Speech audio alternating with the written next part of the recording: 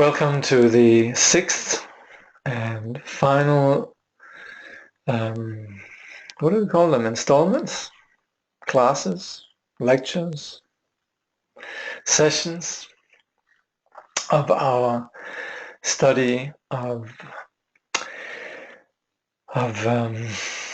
opening the door to actually it's opening the door, the wisdom door of the Madhyamaka School. That's what it's officially called. Anyway, as always, it applies in any teaching that we do, that we generate the intention to study this, to gain enlightenment. And enlightenment here is not some rarefied project, but this is actually getting down and dirty with how individual subjectivities are afflicted. So on the basis of our craziness, then we act crazy and we perpetuate suffering. But how did that originate in the first place? This is what we're looking into. And so what we're doing is very, very relevant for every micro moment of managing our individual consciousness and also understanding the consciousness of others, because that is what drives all sentient beings. So being onto something so essential, we have this courage of the Bodhisattva that we're never going to abandon anyone. We see that all sentient beings are driven by delusion, and we're now going to do something about it. We're going to minimize and eliminate our own delusion, and we're going to unveil our natural potential, and in this way follow the Buddha and all the great sages, men and women who have done that in the past. So these include then all these masters, and these being of the from the Indians side, and these being from the Tibetan side. Lord Buddha, Nagarjuna Buddha Palita, Bhavivika Chandrakirti, Shantrakshita, and Kamala Shila, and in Tibet. Rongzong Panjita hasn't really been mentioned, but he is an important figure, and he was key really to establishing the view that we're discussing. Jamgon Mipham refers a lot to him. And so inasmuch as we're referring a lot to Jamgon Mipham, then these are really his predecessors, Rongzong and Longchen. Ronglong, as he calls them, Ronglong Namni. So just to go over what we've been studying then, as far as Madhyamaka is concerned, as you could say, a dialectic, something that engages in discussion, it operates not so much with establishing a position, but rather to unveil the problems with the project of philosophy and the disempowering position that very often comes with philosophy. Particularly then we have these two schools that have been key in our discussion here, the Prasangika Madhyamaka, which is very much the most widely known and taught in terms of establishing the absolute view. And the beautiful thing about that is that it really just dismantles, you could say, all conceptual positions and points to what we call the uncountable absolute truth, that which lies beyond language, expression, and thought. Svatantrika Madhyamaka, however, do the same, but they also operate with an understanding, developing an understanding of wisdom. And that's where we say this, the Prasangika, they invalidate, you could say, all positions, but the Svatantrika, they use the same logic, but they use it to establish an understanding of emptiness. And that is why we talk about that as countable absolute truth. So they kind of are famous for doing that, but it doesn't mean that they don't, on the absolute level, they do have the same project as the Prasangika Madhyamikas. So we're looking at these 5 great Madhyamaka reasons presently, and we've looked at the first 2. The reasoning that analyzes the cause, and that's where we looked at these Vajra splinters. And that's where we analyze where things originate from. And particularly then the Khenchen Palden Sherab, he refers to the Salistamba Sutra, the rice seedling sutra, And this, you could say, if we just get that right, then we're fine. Everything else is covered by that. But there's another way of doing it, and that is then looking at the results. So the first looks at the cause, and another way is to look at the result and look in terms of existence and non-existence. And this is what we looked at last. And this is something we find in Kamala Shila's Lamp of the Middle Way. His Holiness the Dalai Lama has taught one of Kamala Shila's texts here in Australia. It's called the Stages of Meditation. Now today we're going to look at, then you could say, a combination of these two, which is looking both at the cause and the result or effect. And this is something that was taught by another Madhyamaka master called Janagaba in the text known as the Two Truths.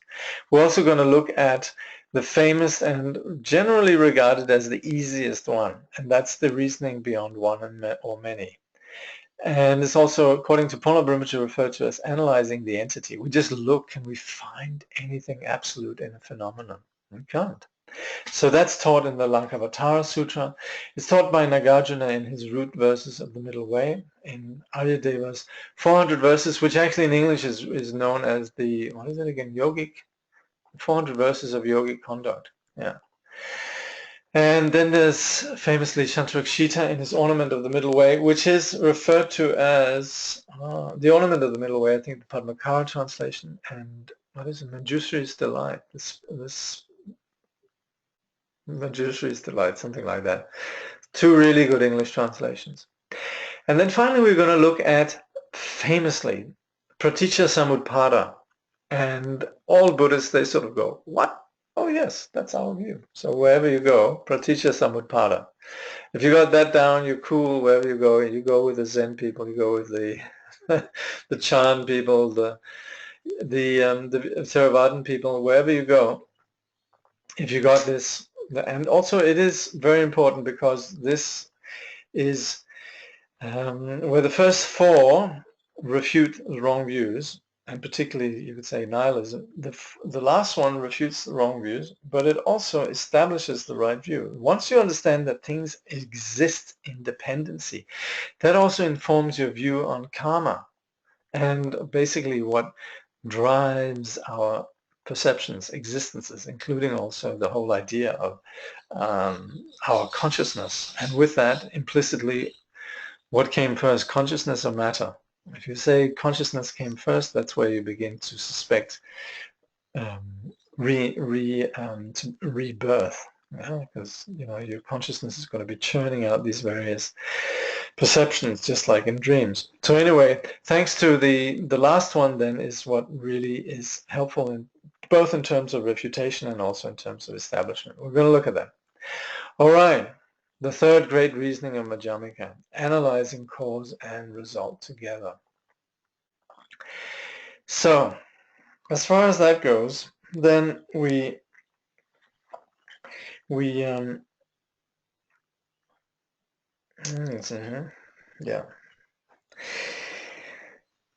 I'll just read through the bullets here. Refuting that both causes and effects could be absolute.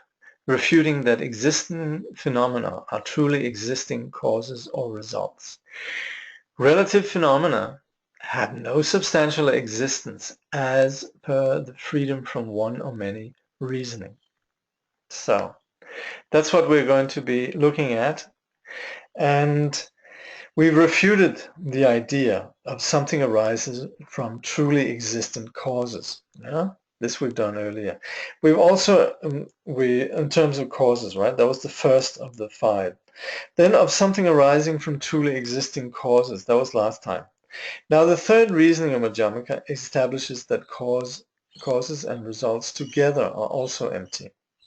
So this is where we ask ourselves, do all appearances, all phenomenal existence truly exist as the result of absolute past causes?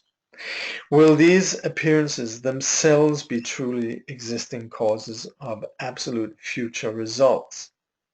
Does anything we now see exist truly as both absolute cause and absolute result? Don't worry about this. This is really just formulating the question. Actually, Janagaba goes through the 4 possibilities and that will clarify it.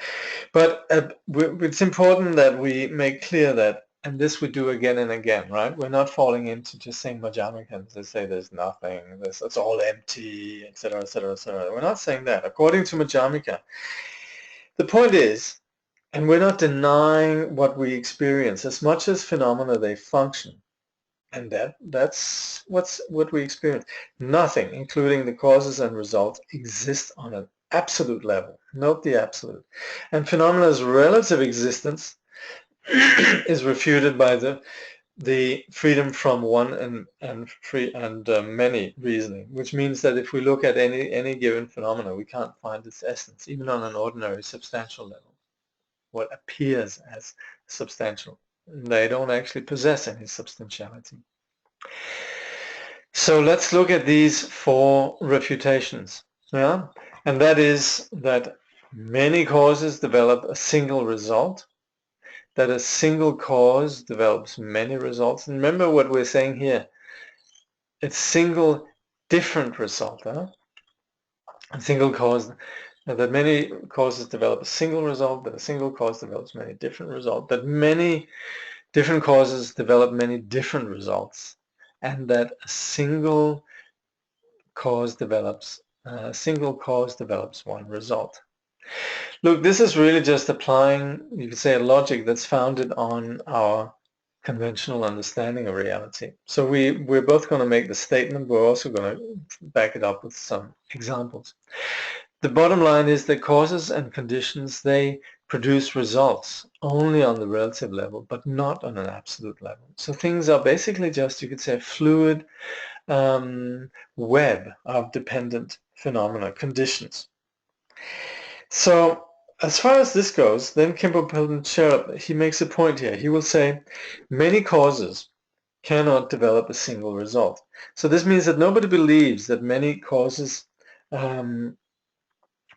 such as, for example, many different seeds, that they all of a sudden could produce one piece of, one corn or whatever, one, what do we call it?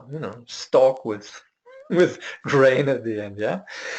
So that's obviously doesn't happen. Then again, a single cause cannot develop many different results. So if we have one seed of barley or rice, it's not going to produce an entire field of plants, right? To have all those different plants, you need, you also need the corresponding, for each one you need this particular condition, which is the seed.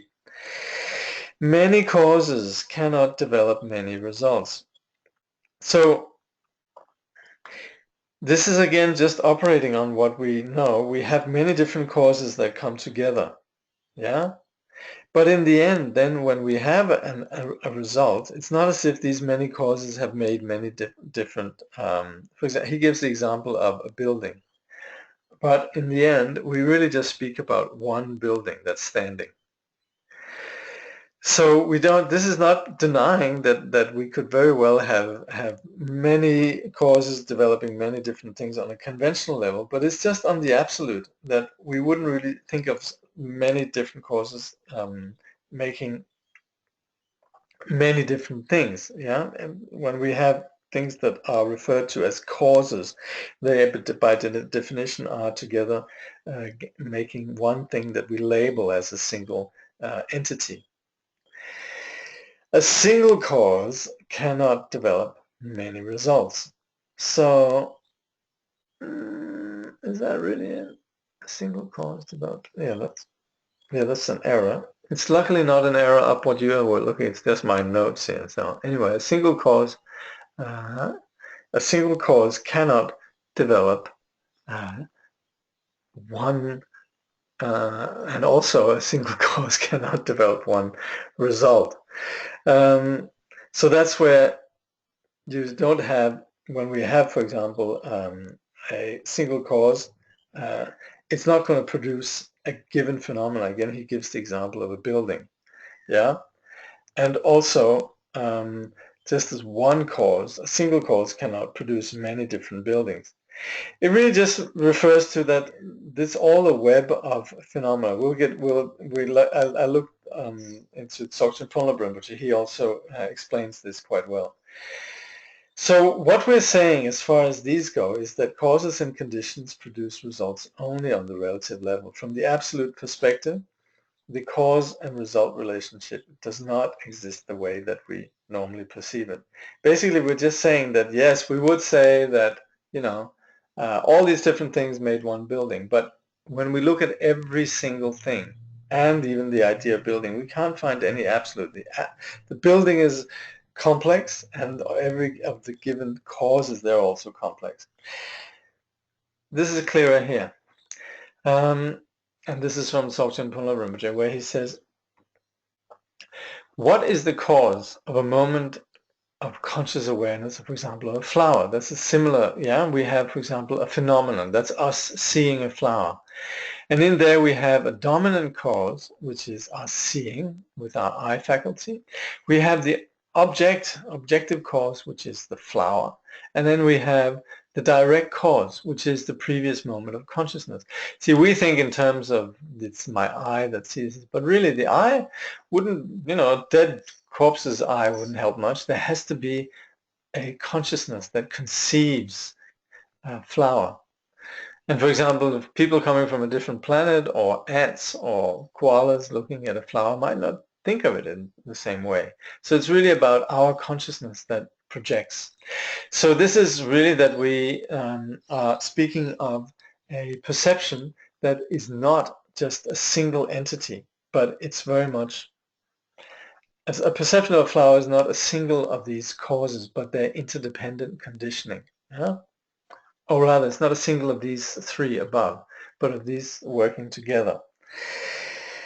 So if you have that that thing I sent you, then he says on page 21 to 22, he says, let's take an example of the eye consciousness perceiving a flower. For the eye consciousness to perceive a flower, for such a consciousness to arise, there must be a cause. But what is the cause of that consciousness? What is the single truly existent cause for that consciousness? Well, we can't find a single truly existent for the consciousness. If we say the cause is its preceding moment of consciousness, that's fine. But if that was the single truly existent cause, we would say then, can that preceding moment of consciousness alone give rise to a perception of flower? No. Because if it was just the preceding moment of consciousness that gave rise to our perception of flower, then where would that come from? In fact, that would then come from previous moment before that. And all we would actually be having is just having a consciousness of flower. We would, if that was what it created, that would then, if the moment of consciousness was created by the previous moment of consciousness exclusively, that would mean all that we would have in our mind were these moments of these flowers. So he says, if the previous moment of consciousness was the consciousness of flower, and if that previous moment of consciousness gave rise to the next moment of consciousness, then the next moment of consciousness would also be the consciousness of flower. It just means we would just have continual streams of thinking flower. So it's not like that. So there's some other cause than just the previous moment of consciousness. And what is that? Well, for one, we would need a flower out there to give the consciousness of a flower. That's the second cause, and that's where we refer to that as the object. Yeah. The second cause is the flower. But can those two alone give rise to a perception? No, because we need the eye sense as well. So we have the consciousness, which is the actual perception of the flower. Then we have the object, but we also need the sense faculty. So we basically, and this is something that we operate within Buddhist epistemology, which is our perception, which is we need these three things that we call the dominant cause, the objective cause, and the direct cause. Yeah? So when these three come together, then you give rise to an experience of, hey, there's a flower. So what we understand here is it's not as if there's just one truly existent cause, one truly existent result, but it's a play of dependent arising. Now, you have to understand that we've looked at the reasoning that was used from the Salistamba Sutra and also very much in Nagarjuna's root verses. That was the first. The second was Kamalashila's, and then this one here from Janagarbha. So these are just methods to prove actually dependent arising, but they're specifically then aiming at this idea that there's one absolute. So what we're particularly onto here is the idea, and that was very, you could say, prevalent in the India when in the times of Janagarbha, is this idea that there's some single, there's one cause, and that's why there's so much emphasis on this dismantling the idea of a single monolithic cause. And that's where then he finds it relevant also to say, do causes and results occur simultaneously? And that's where we know from previous, just from the first one as the second, the idea of birth from the other, which says, is the result is already there, then why we refer to it as a result? Because, or rather, why would we speak about cause? If cause and result exist at the same time, there's no real, you could say, production taking place. Also, normally we know that once we have a result, that's the end of the cause. Once we have the sprout, the seed is dead. So the idea of causes and results occurring simultaneously has been disproven. This is just following Janagarbha's, you could say, argumentation. And also, if that were the case, then there would be no difference between cause and result. We've already established that, so it's really just following Janagarbha's argumentation, but it's something that we're already quite clear on that.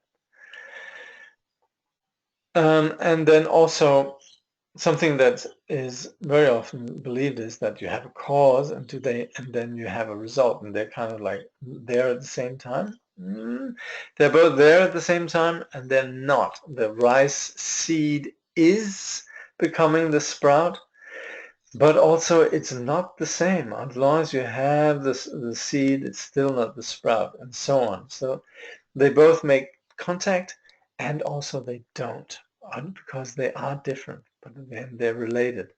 So the idea of absolutes doesn't work. The idea of a dependency, yes, that works. Then we go to the fourth reasoning, and that is then reasoning beyond one and many. And that's where we just look at something. Can we find if there's a one? And if there was, then we could talk about, oh yeah, there's many, but there's not even one. And so we can't have many. I look at a given object, the computer I'm sitting in front. Can I find the computer anywhere? No. I can't find the essence, and also all the parts. I also can't say that is the computer. It's dependent arising. It's neither one nor many. So this reasoning here is then what the Madhyamakans, they refer to as Mola Chupa Chik Duma Delchinki Tensi. And it really just means they can be translated here by the translator as reasoning that analyzes the nature which is free from both one and many. That's what this is all about, right?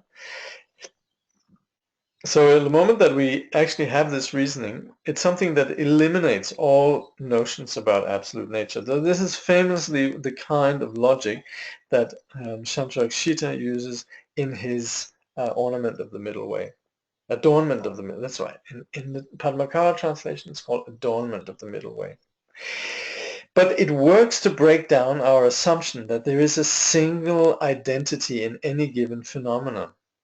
This, you could say, is something that is hugely useful. We have it all the time. And we generally, let's say we have a prejudice about something, it's because we identify it's good, bad, or whatever. And then once we get to know it better, we see it's complex. So our idea of single entity is something that just doesn't work. There's not a single truth about any object. And this, please take it in its broadest sense. It's something that we use in, you could say, our humanities, in terms of our ethics, in terms of understanding complexity and so on and so forth, that there's no single truth. And that, of course, is something that's, you can say, very politically correct or trendy and all of that. So in that sense, it's where we begin to see how phenomena are conditioned. They don't exist as such. Now this eliminates all the notions about an absolute nature. But you know what? It also does talk about then, it implies that phenomena then exist in dependency. So we're not for a single moment denying that phenomena appear. So it's very important that we go to identify that we're going a step further than just saying there's no truth. We're just saying there's no absolute truth. But as far as we're concerned, yes, there's still plenty of truths as far as the way that things play out as, you can say, conditioned or dependent phenomena. So Khenchen Palden Sherab, in his piece, he'll say, when you analyze these phenomena carefully, you'll find that they are not composed of a single unit as we conceptualize. When you look at a forest, you'll see it's not a single unit. There's many trees. When you look at each tree, it has many branches and leaves. And then you go into the branches and leaves, and they're made up of their particles, and you could say various, you know, subparticles, molecular level, submolecular level, atomic level, and so forth, right? So that has to do with the objective realm, and it also applies then to our person. When we look at ourselves, we're also not just singular, unitary. Yeah? We're made up of different things. That's the whole thing with like the skandhas. So just to reiterate what we've looked at earlier from the opening lines of the adornment of the middle way, the Madhyamaka Alamkara, then Shantarakshita says, the entities that our and other schools affirm, since they exist inherently in neither singular nor plural, in ultimate reality are without intrinsic being. They are like reflections. This is so important. And this is, of course, where we go into something that is, again, quite trendy in terms of, you could say, our humanities and existentialism and, 20th century phenomenology and philosophy in general, is that, and even as it trickles down into the media and the literature and so on, this basically, well, not basically, but certainly Nietzsche made a big deal out of it, how the slaves, they require something they can attach themselves to, meaning and so forth, right? So the whole idea of meaning, as it's relativized then in modern discourse, is that it's something we construct, and it's, questionable whether there is meaning. But that is, in fact, what's being addressed here, because, yes, this whole idea that we want to affirm something absolute, that's so problematic. And even Buddhists, they do it. So throughout, as the Khenpo was saying early on, various Buddhist tenets, where we talk about the Vibhashika, the Sutrantika, the Chittamatra, and even the Madhyamaka, then there's all these sort of attempts to assert God, assert atoms, and also even asserting consciousness. The Chittamatra, they're famously guilty of, popular discourse. The Chittamatras supposedly are guilty of asserting mind only.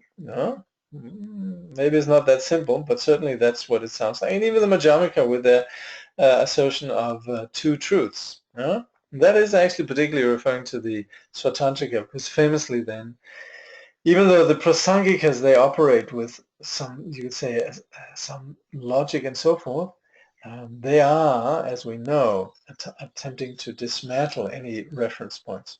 Yeah. Now, but this is very big, because then that means, you could say, this really is something we can understand then, that where we go wrong is that we attribute some validity to phenomena, and they don't actually exist, neither in some singular little unit somewhere, nor as sort of a whole plurality of phenomena. The moment we can't find a singular, then there's nothing to make plural with. And we can't also say that all this plurality, all the phenomena that my computer, the chair, my person is made up of, that each component, which we can't find, that would be, the entity, the Jakob, the computer, the chair. But having said all that, we're not denying that there's chair, computer, person, and so on. Yeah, we're just saying in ultimate reality, there's no intrinsic being. They're like reflections. Yeah. Well, this this point is very important. So, and when we then arrive at, so beyond then one and many, all the schools, Buddhist and non-Buddhist, fail when they assert some sort of one. Yeah, so this we all agree on that. But we need to not just have it as an opinion. People will say, oh, well, I know, I don't believe in this, I don't believe in that. But, very often it just becomes one sort of fashionable, bland, boring, categorical statement that actually is not properly backed up. So what we're doing here, we're sitting down and we're actually applying hard logic. And that's why using this reasoning of beyond one and many, we can do that. And like everyone will say, this is particularly easy. So let's just be clear on what we're saying when we are establishing the emptiness of things. We're not all of a sudden coming in and saying, well, in Mahayana Buddhism, they believe in emptiness. That's not the point. It's not as if we are establishing a new position. We're just dismantling positions, period, because that's what creates our trouble. And then that's the foundation for our meditation. So when we meditate, we're not going into some new rigid belief. We're actually relaxing into simplicity, into reality. We don't have to hold on to anything. So we're not establishing new beliefs or dogmas. So this is the way that we get free of our rigid positions, which is what we call extremes. This can be rigid positions of any kind. Believing in that there's some God, believing in that there's some absolute, and also believing that nothing exists as an absolute. As far as then when we say emptiness of phenomena, then what Shantideva here in one translation, he says in the 9th chapter on Prajna, on wisdom, he says, I do not refute what you see, hear, or think. I refute grasping, which is the cause of suffering. Huh? Now we're coming to then what is known as the king of reasonings, the dependent arising pratitya samutpada, the 5th reasoning of the Madhyamaka. So this reasoning not only refutes wrong views, it establishes the correct view. Phenomena have no true existence as they are all conditioned. They're interrelated, they're dependently arisen. So this means in the absolute, they're empty. There's nothing absolute about, Bill or Jack or Jakob or the chair.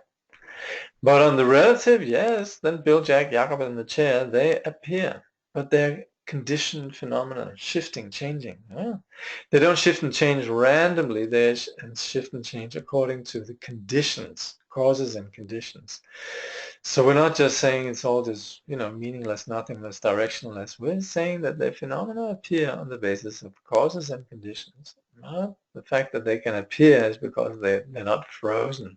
So hence they're ultimately empty. And by the way, and yeah, Dzogchen Rinpoche, he says that when you use this last king of reasonings, you can refute the view of existence, that is eternalism, by saying, because they are interdependently arising, these appearances do not truly exist. At the same time, you can refute nihilism by saying, because these phenomena are interdependently arising, this world is not a non-existent. And that's true. I mean, when we, you hear this, that, there's a meaningless, directionless universe. What do you mean? People who are saying this, they're all the time. First of all, they might have retirement fund. They're bringing gifts to people that they like. They're constantly operating with phenomena. They're happy when they get what they want. They're unhappy when they don't get what they want. They're living in a continual web of, if you like, meaning and causes and conditions, causes and results. It's an absolute nonsense to say that there's nothing. Challenge your friends about this. Such a dogma, way worse than all sorts of other superstitious nonsense. So this praticca samutpada, it refutes then eternalism, absolutes, and it also refutes this nihilism, that there's nothing. The first few Madhyamaka argument, they refute eternalism directly. Yeah. Only indirectly do they refute nihilism. Yeah. Now, this one here, it refutes both extremes, meaning this refers to the king of reasoning, praticca samutpada, dependent arising. It refutes both extremes. Yeah. As Khenchen Palden Sherab just said before, because they're interdependently arising, these appearances do not truly exist. Because phenomena are interdependently arising, this phenomenal world is not a non-existent. So it does that. But it also establishes the correct view, which is the correct view of relative truth. Dependent arising phenomena indicates karma. It also shows how past and future lives operate. And also it establishes a correct view of the absolute truth, which is freedom from any conceptual position or construct. Phenomena themselves don't attribute. The chair doesn't sit there and think, I am a chair. It's us who impute these constructs. These are imaginary labels. And so freedom from that is then what we understand as absolute truth. Now, this means that what we have in reality in our world is this web of causes and condition. Khenchen Palden Sherab makes a point about how on the absolute level, phenomena have no true existence, based on the fact they're all completely interrelated. Yeah? So there's no phenomena that exist independently. Phenomena also come about over time due to complex conditions, right? So there's all these kind of various causes, there's conditions, like a seed needs water, needs, soil, sun, and all of that, right? Seed has to be in good condition, if it's burned or if it's in any way something wrong with it, the flower will be accordingly. Yeah? So this we've seen before in terms of the examples with the seed, the plant, yeah? Building, the perception of the flower and all of that. So there's a whole web of these conditions, and nowhere do we have an essence. Everywhere do we have the play of conditions. It's a web of causes and conditions.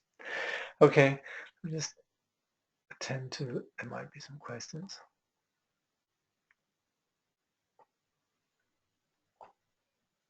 What is the difference between dependent arising? What is the difference between dependent arising and the refuted many results from many causes? Well, that's actually yes, that is the point of the the many results from many causes. Well, that's actually the moment that we see dependent arising, we're saying there's not an absolute. So they agree. Yeah, you could say there's not any difference. When we say dependent arising, it just means that there's many different conditions that are at play. And so the point with the refutation of the many results from many causes, which is an impossibility, is that in fact things are dependently arising. Are wisdom and compassion like reflections? Very good questions. You mean, are they absolutes? Well, we can say that the display appears as such, but that also we cannot, we can say these are the ornaments of reality, but they intrinsically in and of themselves also do not have any intrinsic reality. Now, I don't know if you remember the discussion we had about Shentong and Rangtong. You see, there are some Buddhist schools that would say wisdom and compassion, oh yes, that's the nature of enlightenment. So once samsara is destroyed, we have a nirvana with a truly existing wisdom and compassion. Actually, we talk about, bodies and wisdoms, kayas and jhanas. But that would be the same thing. And that's where the Rangtong paths, they would say, no, nothing has any absolute reality. Yeah. And so, in fact, The answer to the short answer is yes. Our compassion and wisdom, they are reflections. But we would also say in this inconceivability that goes beyond these kind of ways of trying to imagine the absolute and freezing. See, if we're stuck with these concepts, emptiness, like what we call non-affirmative negation, or nirvana as being in a particular way, what we call an affirmative negation, then we're still stuck. And so we would still just say, well, then this understanding is something we can read up. And of course, the scope of reality is beyond that. And so reality, in that it's beyond all of these, it asserts the existence of wisdom and compassion, but doesn't in any way take any kind of position in terms of how it exists in absolute. And so that's where the safest way where we can describe this is simply just like reflections. So we would say the phenomena of both samsara and nirvana are like reflections. So whether it's ignorance and duality and all of that, or it's wisdom and compassion, they're all like reflections. Of course, the difference lies in whether or not we realize that. Okay.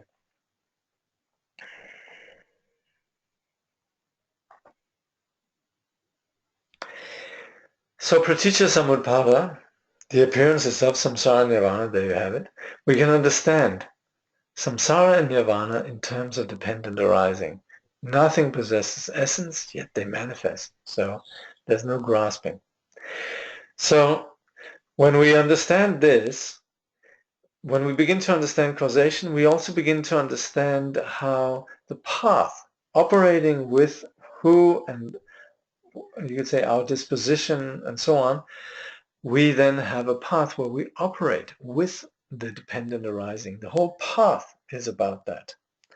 So Khenchen Palden Sherab makes a point about that, how based on the system of dependent arising, then meditation and spiritual practice develops stage by stage, founded on the interaction between a practitioner's devotion, joy, appreciation.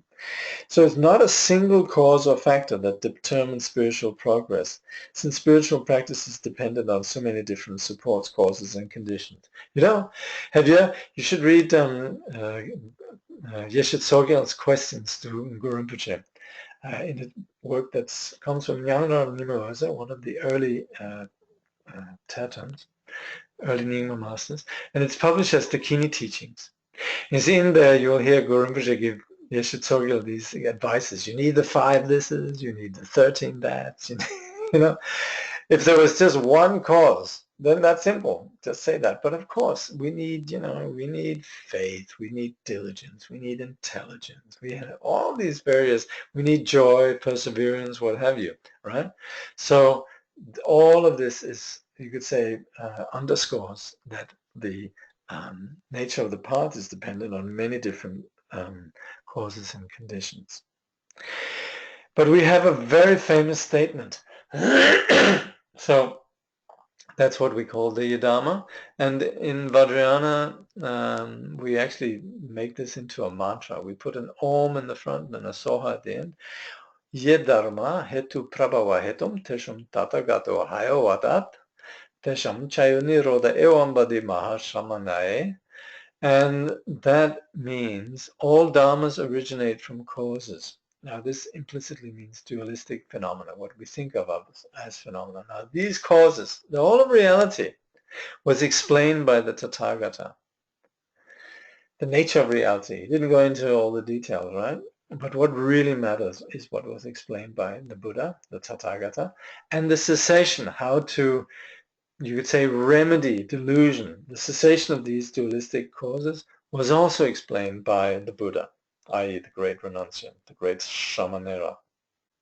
So this you have, and this is a great statement of truth. So we very often, you could say, enforce the validity of our practice through chanting this. It's also said to be very auspicious if we're beginning something, to chant this at the beginning.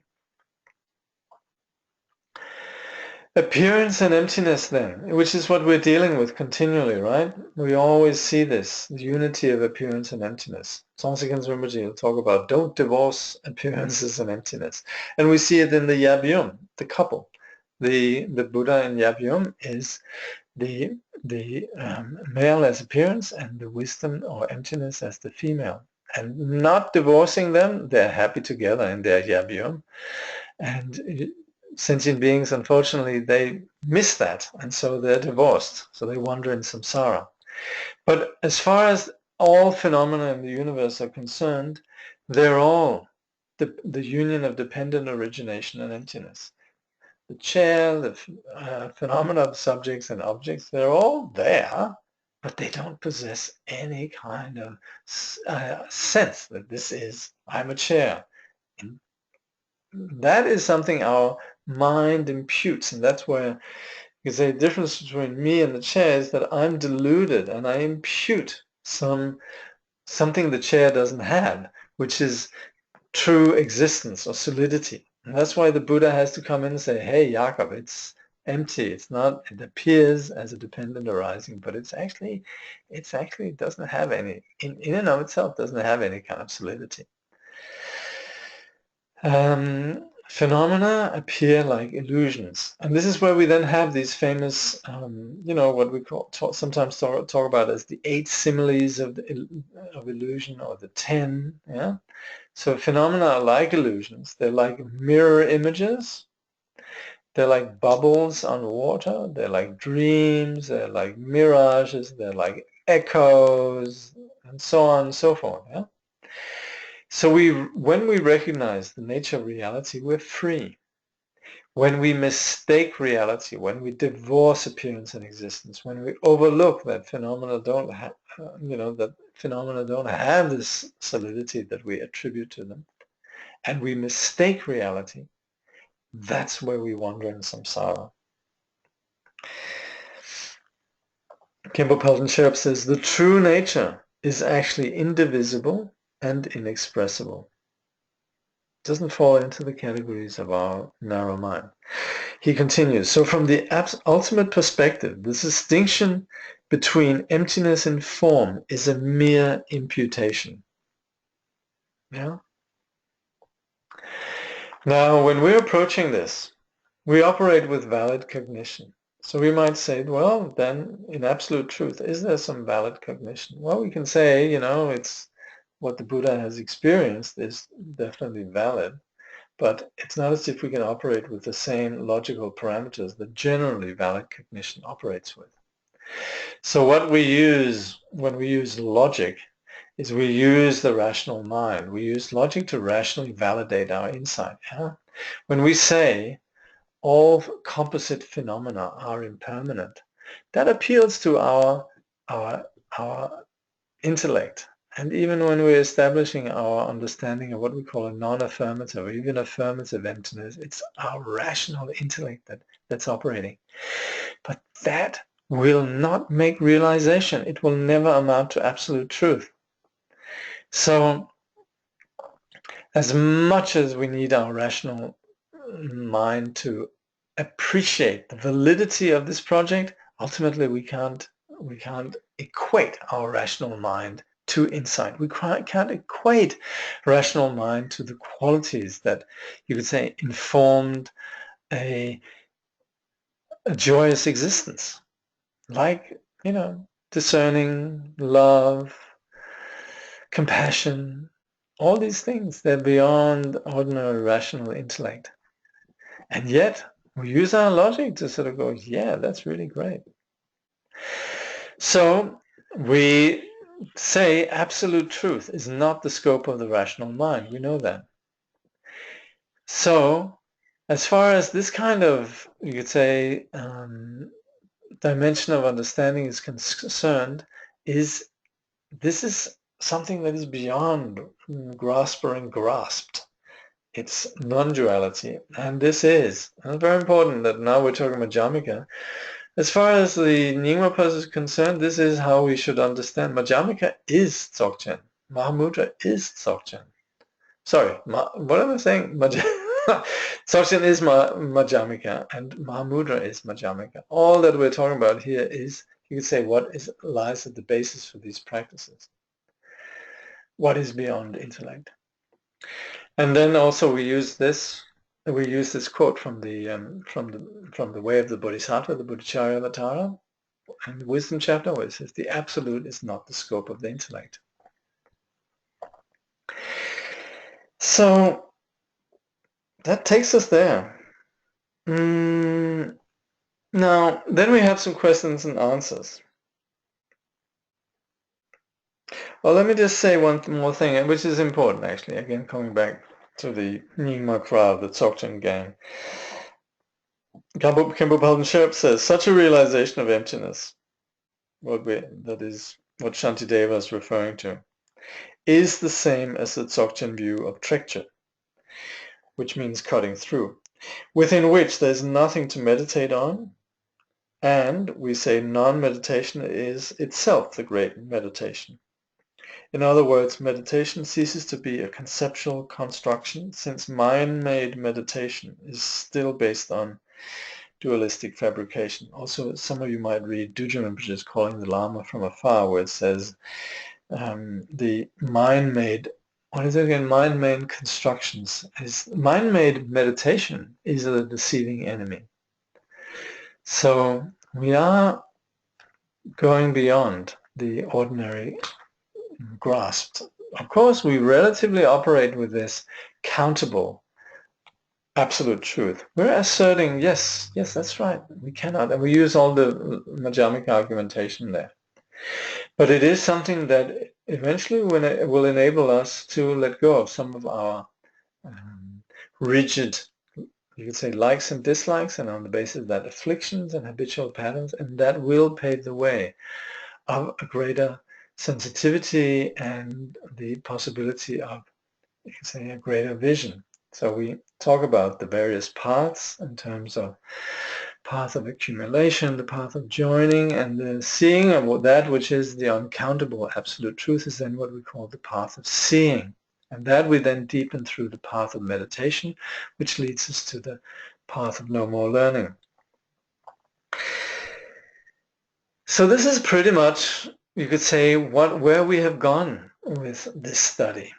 Now we've followed some questions and answers, and they're quite useful. The first one is, and that's of course many of us have grown up. If you've studied Gödel, and if you in general are sort of just, you could say, justifiably suspicious of logic and so on, which is rigid and very much, you could say, sort of life and logic don't always work together, right?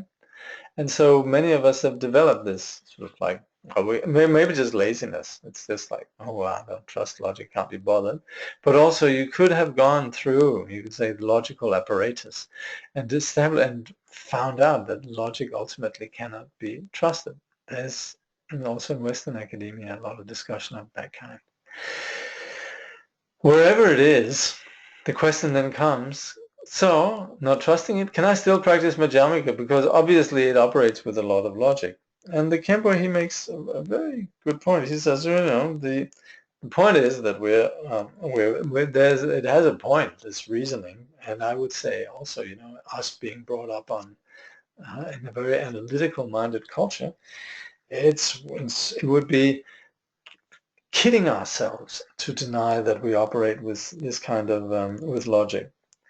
So the entire purpose then of this kind of logic is to uproot harmful misconceptions. So since we have that muscle, we can use it to eliminate our assumptions about reality. So it's taught a lot, But famously then the Nyingma and the Kagyu masters, they also really emphasize practice, and to the extent that sometimes there's those who barely actually study logic, and some not even at all. They might just get some pointing out instructions. So for such persons, then logic can be an obstacle. Yeah, some might just get it, and if you burden them with too much intellectual analysis, then it just gets in the way. They naturally just get it. They have that ability, that sensitivity to recognize nature of mind. And that's where logic is just not that important.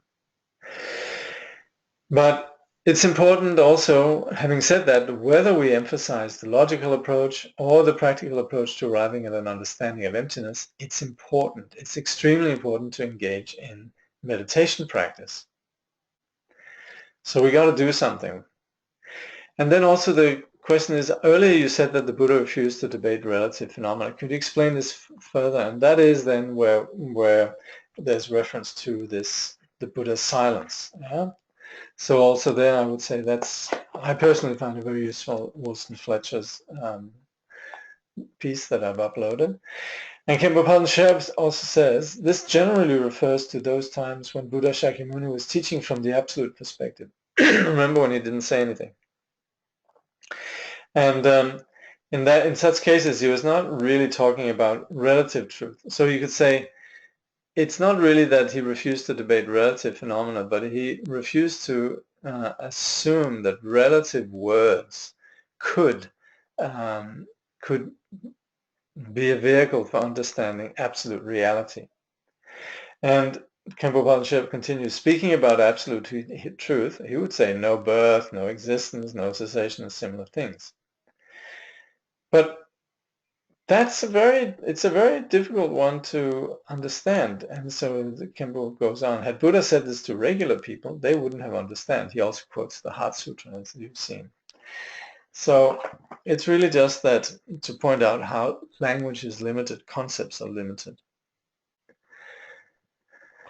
So as far as the general Nyingma approach to Vipassana is concerned, what we call Dzogchen, then we say the nature of the uncountable absolute, what we call the nature of mind or Rigpa and so on, is empty, cannot be grasped, it's luminous, it has character of knowing, and it's unimpeded. All apparent phenomena, you could say, is an expression of it. So in that way, the nature of uncountable absolute is described in this way. And Khenchen Palden Sherab then makes a point. Practicing Madhyamaka, as we have pointed out here in terms of its ultimate objective being uncountable and absolute, is the same as practicing Dzogchen. So they both have the same objective. Of course, Madhyamaka famous uses a lot of language, and Dzogchen very often is simply just pointing out instruction, but they're both going the same place. So that's where we as practitioners, we need to unite the meditation of accumulating wisdom when we dismantle delusion and allow the clarity and wisdom to manifest, and then post-meditation of accumulating merit, creating the auspicious condition for the practice of the path.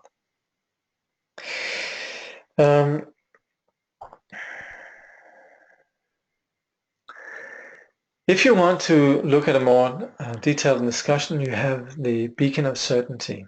Jamgon Vipan Rinpoche's work was translated already, 15, 20 years ago, and it's very good, a very interesting discussion. Beacon of Certainty. In general, what we have here then, if we talk in terms of ground, path, and fruit, is we have the ground, the understanding, the view, which is the union of the inseparable two truths, which is what we're basically establishing with this study. The path, which is the union of the two accumulations, what we were just discussing, the meditation of the wisdom and the post-meditation of the accumulation of merit. And that leads to then the union or the inseparability of the two kayas. Dharmakaya, the non-delusion, the enlightenment, in which you could say the Buddha is no longer deluded, so the Dharmakaya serves the purpose of what we call self, the objective of self. The individual is no longer deluded. And it also serves the purpose of Rupakaya, manifesting for others So in the view of others, then the Buddha will manifest. So this, you could say, the Buddha has these two qualities, one of not being deluded, of having wisdom, and also Rupakaya of compassion. So we have to appreciate, and this is then from the Kempo then, that Madhyamaka is not just something that we use as theory, but it's something that we use as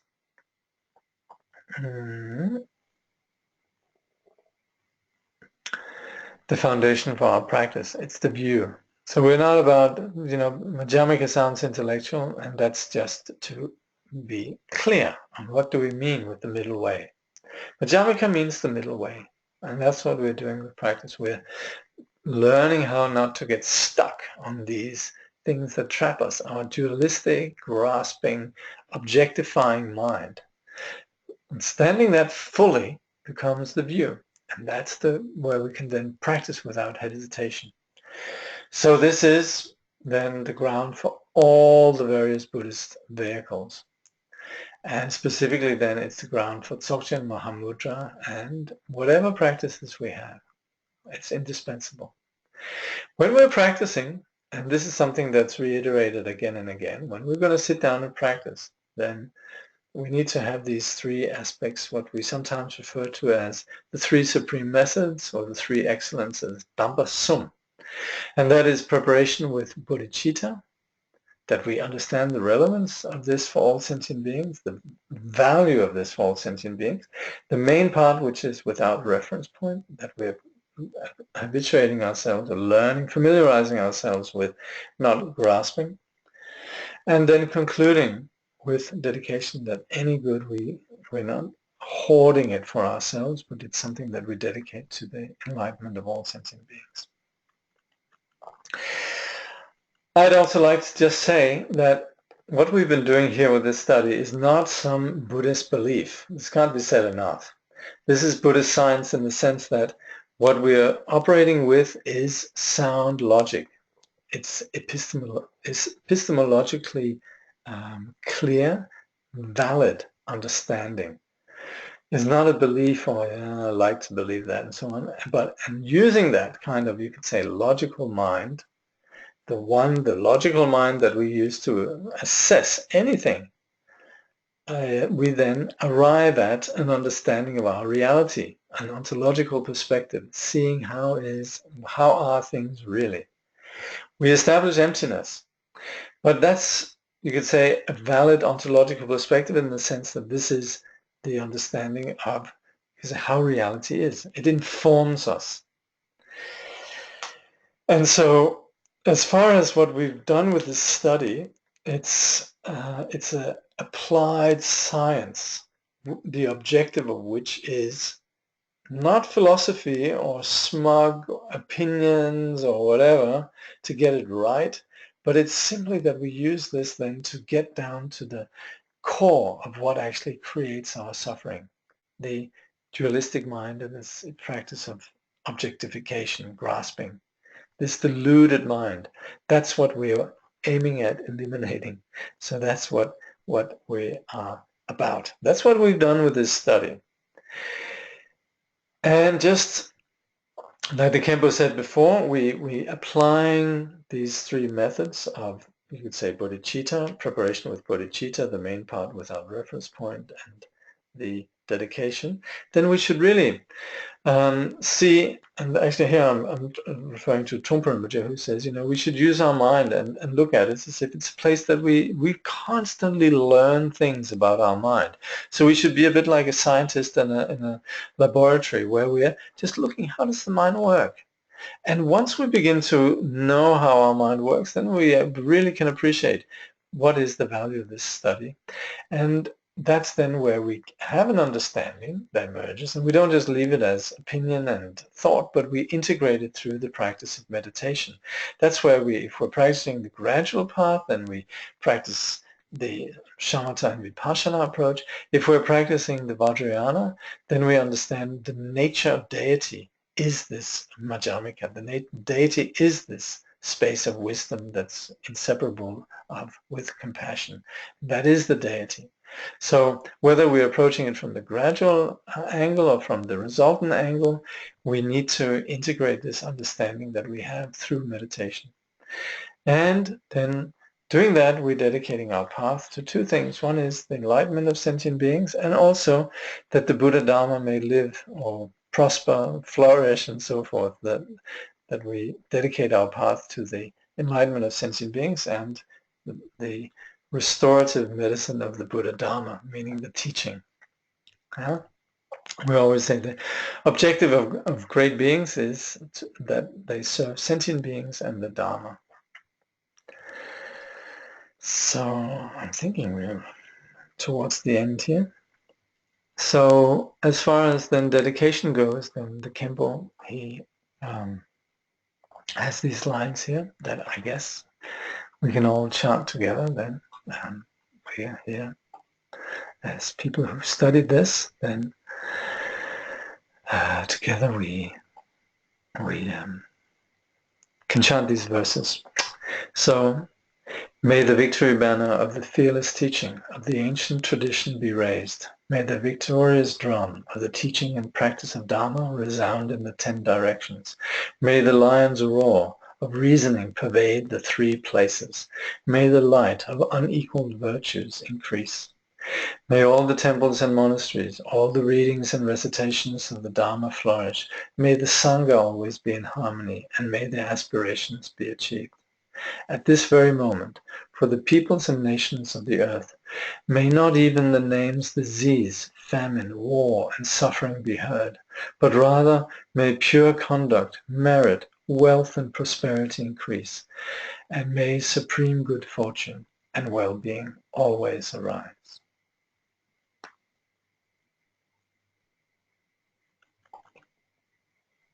By this merit, may all attain omniscience, may it defeat the enemy wrongdoing, from the stormy waves of birth, old age, sickness, and death, from the ocean of samsara, may all beings be freed. May bodhicitta, precious and sublime, arise where it has not yet come to be, and where it has arisen, may it never fail, but grow and increase ever more and more.